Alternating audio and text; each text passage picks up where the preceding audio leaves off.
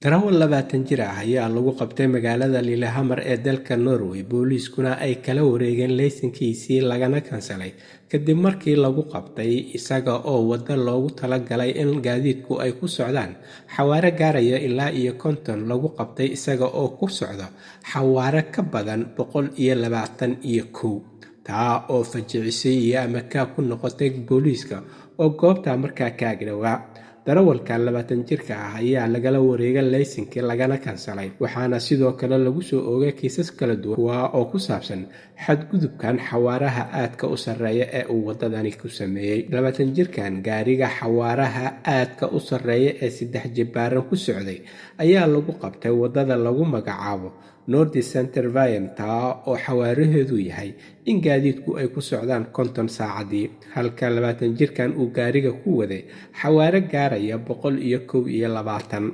Arrintan ayaa sidoo kale booliisku waxa ay sheegeen 20 jirkan xawaaraha uu ku socday uu ahaa mid xad dhaaf ah oo aad iyo aad u baaxad weyn marka loo eego wadadan 50 ah ee uu ku waday in ka badan 121 saacadii. Halka ay wararka ugu doorkaroon idinkaga imaanayaan waa Somali Voice in Norway ama codka Soomaaliyeed ee Norway, waxaana idinla socodsiinaya anigoo ah Cabdulaahi Shiine.